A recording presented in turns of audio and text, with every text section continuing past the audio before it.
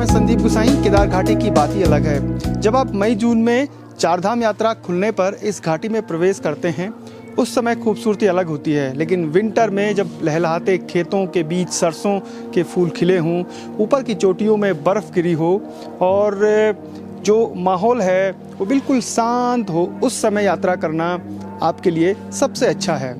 हालांकि कपाट बंद होते हैं, लेकिन उसके बावजूद भी केदार घाटी में त्रिजुगी नारायण मंदिर है, नारायणकोटि मंदिर है, गुप्त काशी में मंदिर है। आप ओमकारेश्वर मंदिर ऊखी मठ में भगवान भोलेनाथ के दर्शन कर सकते हैं। तो आज एक ऐसे ही खूबसूरत गांव की कहानी आपके बीच रूरल टेल्स लेकर आ रहे हैं।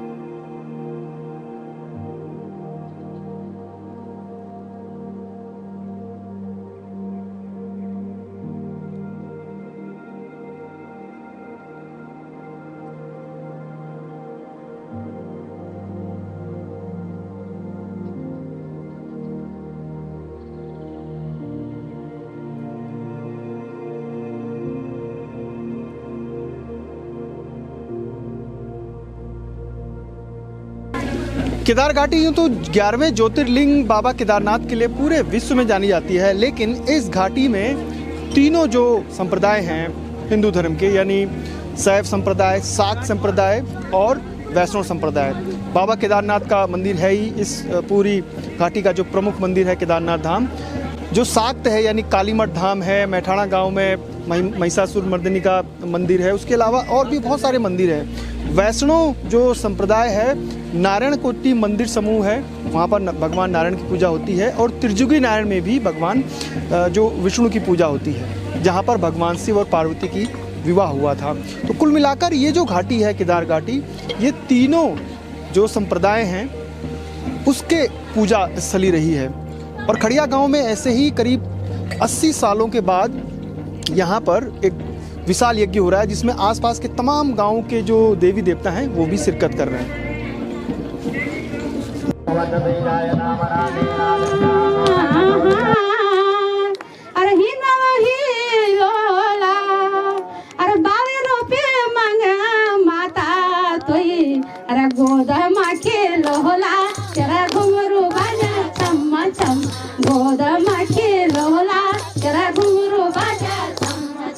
जय हो मेरी माता तेरा घुंघरू बजा चम्मा चम्मा, जय हो मेरी माता तेरा घुंघरू बजा चम्मा चम्मा, जय जगत माता तेरा घुंघरू बजा चम्मा चम्मा, जय हो जगत माता तेरा घुंघरू बजा। अरे तिमली को पाते दर्शन दे दे माता, अरे श्री राम जी का साथ तेरा घुंघरू बजा चम्मा चम्मा, राम जी का साथ तेरा घुंघरू बजा चम्मा चम्मा, जय हो सीता माता तेरा घुंघरू बजा चम्मा, आहा जय हो सीता माता तेरा घुंघरू बजा चम्मा चम्मा, जय हो जगत माता तेरा घुंघरू बजा चम्मा चम्मा, जय हो मेरी माता तेरा घुंघरू बजा चम्मा चम्मा।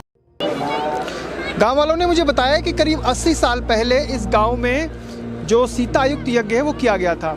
मकसद साफ है कि इस गांव के आसपास जितने भी गांव हैं उनकी खुशहाली के लिए, और देवताओं के जितने भी यहाँ पर आसपास के देवी देवता है, जैसे महिषासुर मर्दिनी है, सीता माता है, और नानतोली देवी है, या फिर त्रिजुगी नारायण, तमाम जो देवी देवता हैं उनको यहाँ पर बुलाया गया है। 11 दिवसीय इस यज्ञ से जो आसपास के तमाम देवी देवताओं की पूजा अर्चना की गई है। वैसे भी हिंदू धर्म में कहा जाता है कि जब यज्ञ होता है तो उससे जो मंत्र निकलते हैं वो आसपास के वातावरण को शुद्ध कर देते हैं।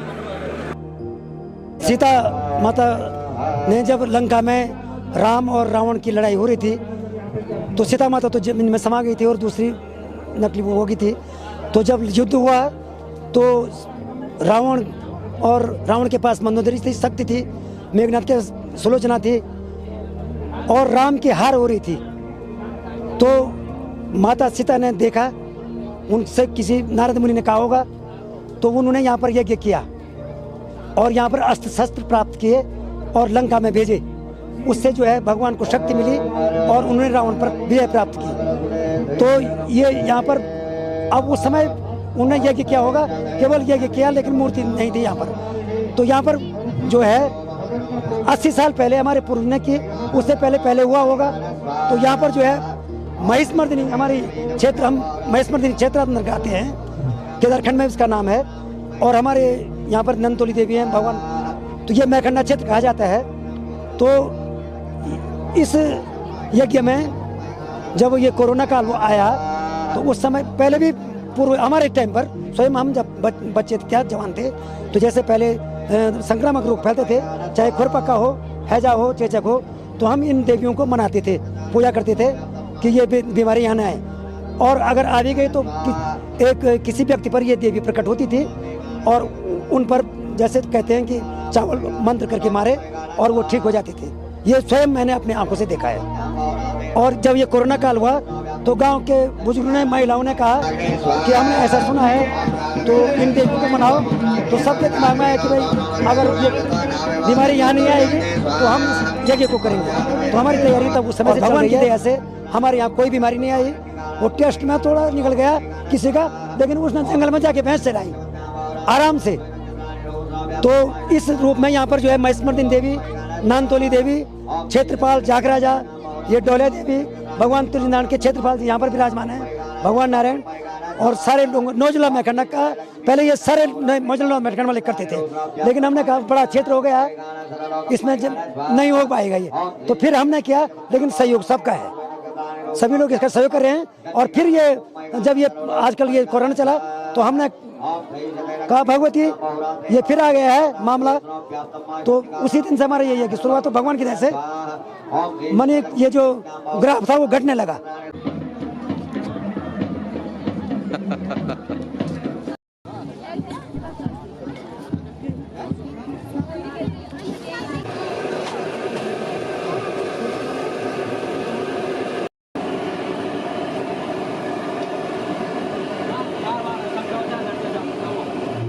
पूर्णतः मेले में ना गर्मा गर्म जलेबी गांव की स्वाद ही अलग है।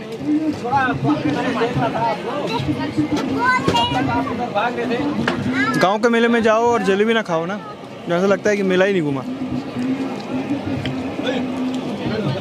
जहाँ कभी गांव में कोई भी आयोजन होता है, चाहे वो सांस्कृतिक आयोजन हो, चाहे वो किसी से भी रिलेटेड हो, लेकिन अच्छी बना रखी है। मेरे नाना बनाते थे जलेबी, और एक मीठा वाला बनता है। नहीं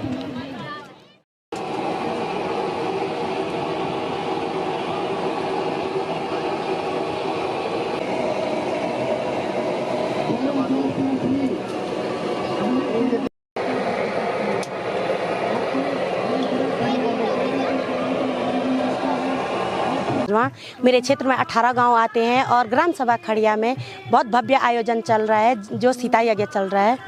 बहुत अच्छा कार्यक्रम चल रहा है। और गुप्त काशी से 14 किलोमीटर की दूरी पर मेरा गांव है और बहुत सुंदर गांव है। यहाँ बीच सेरा में सीता माँ का यज्ञ चल रहा है और इधर उधर बहुत हरियाली है और यहाँ सरसों के फूल भी खिल रखे हैं, बहुत अच्छा लगता है।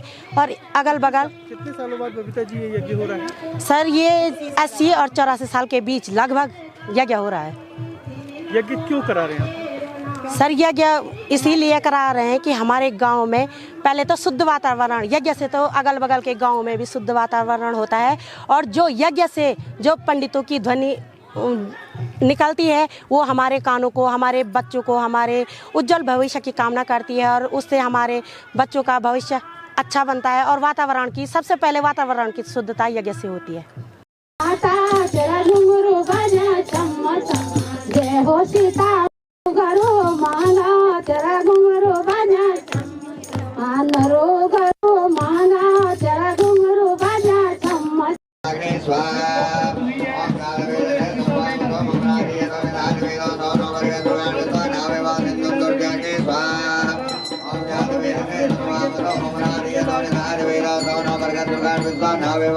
जागो दूर क्यों में बोले बाबा रे क्यों में, तो जागो दूर क्यों में भोले बाबा।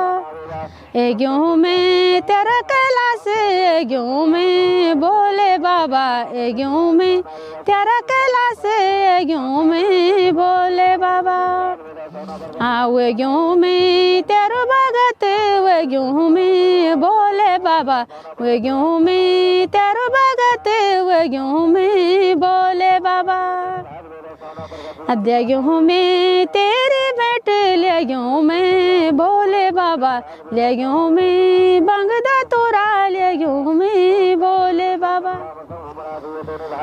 वे गेहूँ में तेरो भगत वे गेहूँ में भोले बाबा रे गेहूँ में तो जग दूर गेहूँ में भोले बाबा। ग्राम सभा खड़िया है, इसमें कुछ बुजुर्ग हमारे साथ सिर्फ 2 ही आदमी बचे हुए हैं। 82 साल पहले यहाँ पे सीता माँ का यज्ञ हुआ था। वो यज्ञ की कुछ कहानी बताते हैं कि जब रामचंद्र और सीता लक्ष्मण वनवास गए थे तो उस टाइम में महिषमर्दिनी देवी के नाम से यहाँ पे उन लोगों ने यज्ञ और जप किया था और वो बाण प्रस्थ लेकर के जो दुश्मन थे उनका नाश किया।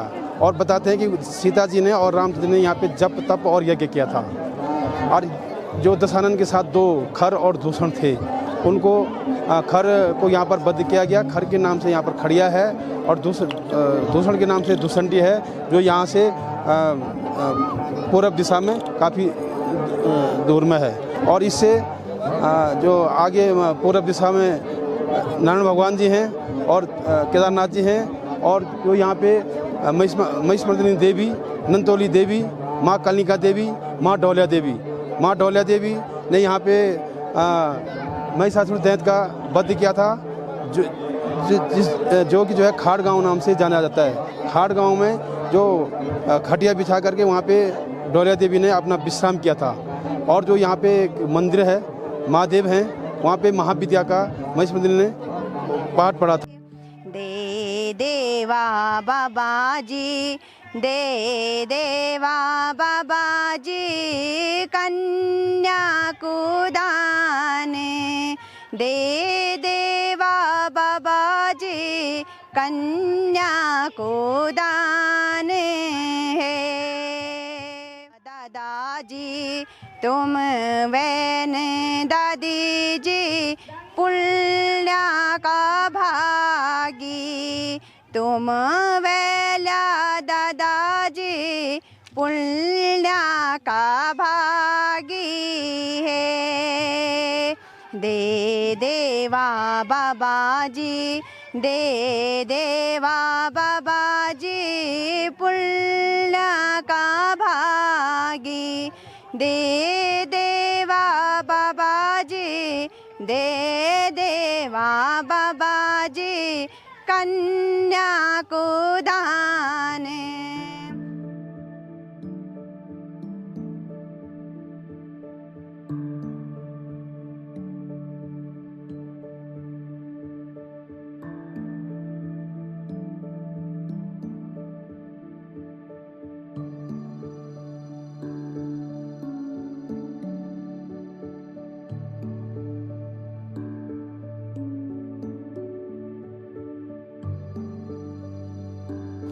खड़िया गांव का इतिहास भी खड़ग यानी अस्त्रों से निकलता है। मुझे बताया गया गांव वालों के द्वारा कि जब यहाँ पर सीता माता ने तपस्या की और उसके बाद वो यज्ञ करने के बाद जो वो अस्त्र शस्त्र थे फिर वो रामायण के युद्ध में भेजे गए यहाँ से श्रीलंका, और उसके खड़ग से ही इस पूरे गांव का नाम फिर अपभ्रंश होकर खड़िया बना। ये पूरी कहानी आपको कैसी लगी ज़रूर बताइएगा। देवताओं का ये गांव, देवताओं की ये भूमि है। यहाँ केदार बद्रीनाथ धाम के अलावा छोटे छोटे देवी देवता जो ग्राम देवता कहे जाते हैं वो भी हैं, और वो ग्राम देवता उन गांव के लोगों के लिए ही सर्वोच्च देवता होते हैं। कहानी जारी रहेगी, रूरल टेल्स की यात्रा भी जारी रहेगी। फिलहाल संदीप गुसाई को इजाज़त दीजिए। जय नंदा, जय हिमालय।